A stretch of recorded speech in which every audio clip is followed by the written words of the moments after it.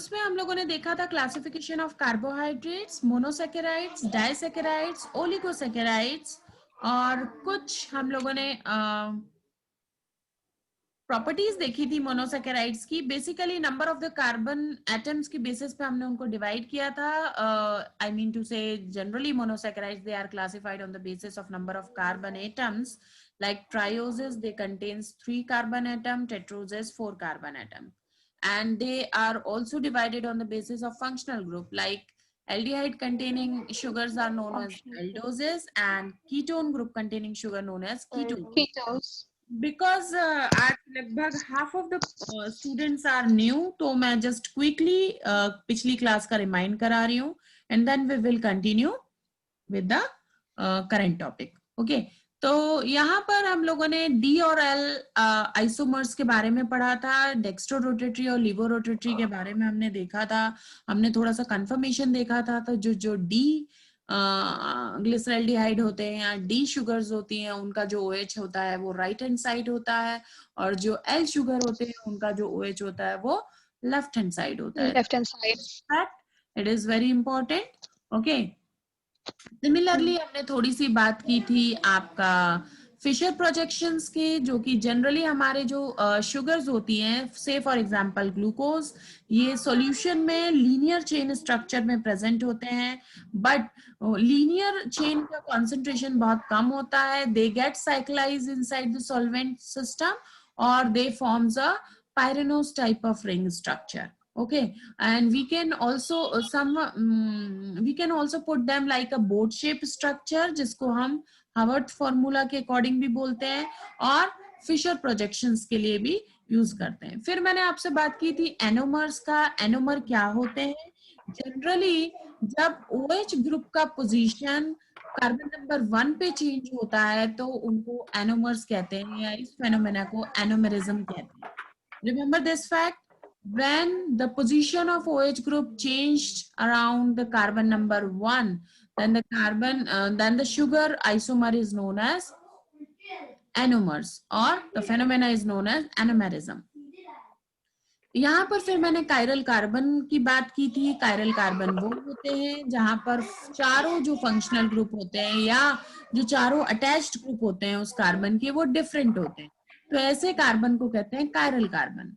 Okay, और ऐसे लोगों को हम for example L glyceraldehyde and D glyceraldehyde, इनके बीच में एक कायरल कार्बन होता है। कोई ऐसा एग्जांपल दे सकता है जिसमें जनरली अमाइनो एसिड में जिसमें एक भी कायरल कार्बन ना हो? किसी को पता है ऐसे अमाइनो एसिड का एग्जांपल जिसमें कायरल कार्बन ना हो? Glycine. प्लीज। Glycine. या करेक्ट, एब्सोल्युटली राइट।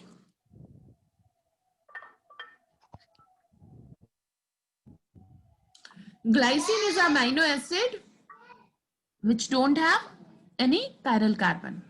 Okay, तो हमने थोड़ी सी कायरलिटी की बात की थी। इसके बाद हमने डी और एल आइसोमर्स ऑफ मोनोसैकेराइड्स देखे थे थोड़े से। मैंने आपको बताया था कि जब कार्बन नंबर 5 पे अराउंड आपका जो OH ग्रुप है वो अगर राइट हैंड साइड से लेफ्ट हैंड साइड हो जाए तो D glucose is converted into D galactose. तो glucose and galactose they are anomers of each other. Okay, ये जो आपका OH ग्रुप है वो राइट से लेफ्ट साइड हो जाता है तो आपका ग्लूकोज से गैलेक्टोज बन जाता है। सिमिलरली मैंने आपको एक बताया था मैनोज का, वो आगे आएगा, वहां पर मैं स्ट्रक्चर से बता दूंगी। ओके, जितने भी कार्बोहाइड्रेट्स हैं वो इक्विलिब्रियम में रहते हैं 6 मेंबर्ड रिंग के फॉर्म में, इन द फॉर्म ऑफ, और इन्हीं रिंग्स को हम हेमी एसिटल रिंग्स भी कहते हैं। कुछ कार्बोहाइड्रेट्स लाइक आपका राइबोज वगैरह, राइबोज, जाइलोज, वो आपके फ्यूरिनोज फॉर्म में रहते हैं। ये इस तरह का 5 मेंबर्ड रिंग होता है, फ्यूरिन रिंग, इस फॉर्म में रहते हैं, जैसे फॉर एग्जांपल बीटा डी राइबोफ्यूरिनेज, आप सभी को पता होगा। अच्छा, पहले मैं एक इंपॉर्टेंट बात बता दूं, आपकी क्लास 10 मिनट्स में आपका टाइम फिनिश हो जाएगा। ये जूम मीटिंग सिर्फ 40 मिनट के लिए होती है। उसके बाद आप फिर से क्लास रीजॉइन कर लीजिएगा please, using same link. Okay, हाँ, तो ये सभी ओके मैम। ये बात सबको पता होनी चाहिए कि अगर ये लिंक, क्योंकि आपकी 2 क्लासेस अभी चल रही हैं, जब तक आपके नए फैकल्टीज कुछ और अपॉइंट होने वाले हैं, वो नहीं आ जाते हैं, तो मुझे बोला गया है 2 क्लास पर डे लेने के लिए। मैं तब तक 2-4 दिन में आपके कुछ और फैकल्टीज आ जाएंगे। और कल आपकी चारू मैडम की क्लास हुई थी? Yes yes ma'am. ओके, तो अभी आज शायद आपकी अंजलि मैडम भी क्लास लेंगी, तो अभी और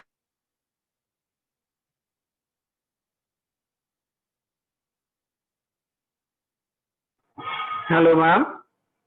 हाँ, हेलो हेलो, हाँ वॉइस ओके मैम। ओके, आज शायद आपकी अंजलि मैडम क्लास लेंगी। Yes ma'am. ओके, तो अभी वो ग्रुप में मैसेज डाल देंगी मीटिंग का, और आपका टाइमिंग का आपको पता चल जाएगा। ओके, तो ठीक है, हम कंटिन्यू करते हैं। हाँ, पायरेन और फ्यूरानोज रिंग हमने कल देखी थी, और उसके बाद मैंने आपको साइक्लिक स्ट्रक्चर ऑफ मोनोसैकेराइड्स बताया था। ये ग्लूकोज का स्ट्रक्चर है, जहां पर आप देख सकते हैं जो OH ग्रुप है वो फ्लिप पोजीशन में है, एक डाउन और एक अप पोजीशन में है। फिर यहाँ पर हमने बात की थी थोड़ा सा कैसे ये साइक्लाइज होते हैं। ये लीनियर चेन ग्लूकोज है, जो कि यहाँ पर 6 कार्बन 1 कार्बन से जब फ्यूज हो जाता है, तो ये आपका साइक्लाइज्ड होकर ये पायरेनोज टाइप का रिंग बना देता है। ओके, और यहाँ पर ये जो कार्बन अभी क्या हो गया, ये 6 1 के साथ फ्यूज हो गया है, तो ये जो आपका OH ग्रुप है, ये 1 पोजीशन पे आ गया है। जब ये OH ग्रुप है ना, इसको एनोमेरिक कार्बन बोलते हैं, जब ये OH ग्रुप अप और डाउन होता है तो एनोमेरिज्म होता है, आपका अल्फा और बीटा फॉर्म बन जाते हैं। देखिए ये अल्फा, सॉरी, जब ये फर्स्ट नंबर कार्बन का OH ग्रुप जब फ्लिप होता है, तो आपका अल्फा डी ग्लूकोज और बीटा डी ग्लूकोज बनते हैं। ओके, और इनको एनोमर कहते हैं। ओके, यहां तक किसी को कंसेप्ट में कोई पूछना है कुछ तो प्लीज पूछ सकते हैं, या आप इसके लिए लेनिंजर की बायोकेमिस्ट्री भी देख सकते हैं। वैसे बायोकेमिस्ट्री की बहुत अच्छी अच्छी बुक्स हैं, आप जूबे, स्ट्रायर और एक और है लिपिनकॉट की बायोकेमिस्ट्री। इन सब बुक्स को अगर आप प्रेफर करेंगे, आप डेफिनेटली कॉम्पिटिटिव लेवल का आपको वहां पर नॉलेज मिलेगा, और आप कोई भी कॉम्पिटिटिव एग्जाम क्वालिफाई कर पाएंगे। ओके, तो अल्फा डी ग्लूकोज और बीटा डी ग्लूकोज में क्या डिफरेंस है?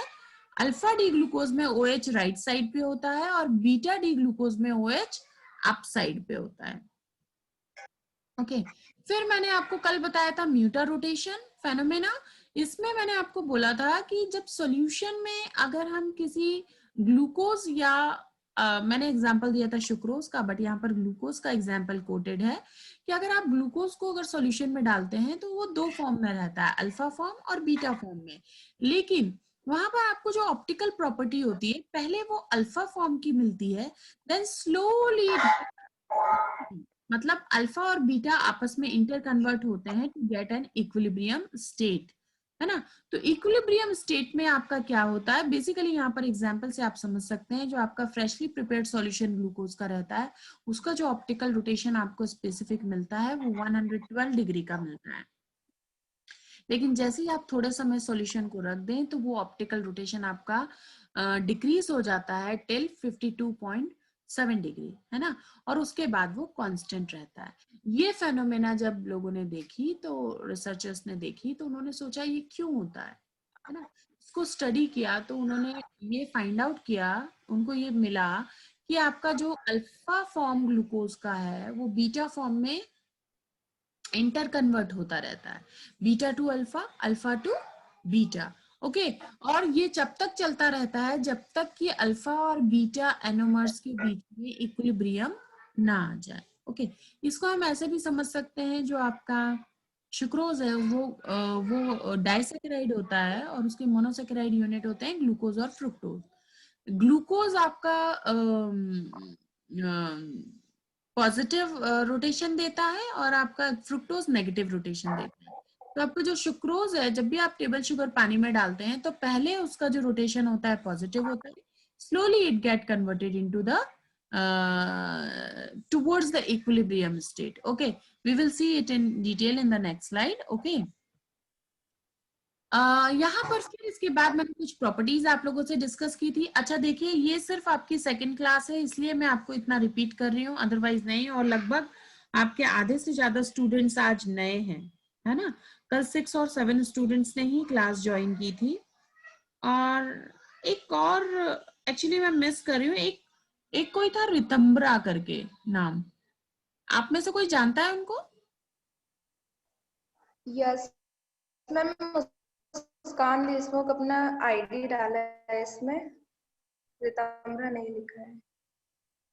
ओके, क्योंकि रितंबरा ने क्लास पहले ज्वाइन कर ली थी सीनियर्स के टाइम पर, कंफ्यूजन ना हो इसलिए यस मैम, वो एक ही रैंक रखती हूँ, लेकिन अभी उनका वो नहीं दिख रहा था नाम। मैम मुस्कान नाम से है ना आईडी। अच्छा, तो उन्हीं का नाम रितंबरा है। Yes ma'am. Okay okay okay okay okay ma'am. Okay. तो यहाँ पर हेमी एसिटल हमने देखा था कि जब माइल्ड HCl, यस मैम ये म्यूटा रोटेशन में आपने ये बताया था, तो इसमें एज सोल्यूशन मींस क्या होता है मैम? इसमें एक सॉल्यूशन नहीं होता है, इसमें पता है क्या होता है, इसमें Yes, ma'am. आपका जो ग्लूकोज है जब आप पाउडर फॉर्म में लेकर रखते हैं ना, तो उसकी ऑप्टिकल प्रॉपर्टी Yes, ma'am. लगभग कांस्टेंट रहती है। अगर आप उस ग्लूकोज को वाटर में डाल देते हैं, ठीक है, तो जो उसकी ऑप्टिकल प्रॉपर्टी है वो स्टार्टिंग में 100, आप एग्जांपल से समझेंगे आपको ज्यादा समझ में आएगा। स्टार्टिंग में वो 112 डिग्री रहती है, थोड़ा समय रखने के बाद वो डिक्रीज हो जाती है 52.7 डिग्री पर, ओके, और उसके बाद वो इस पे मेंटेन रहती है।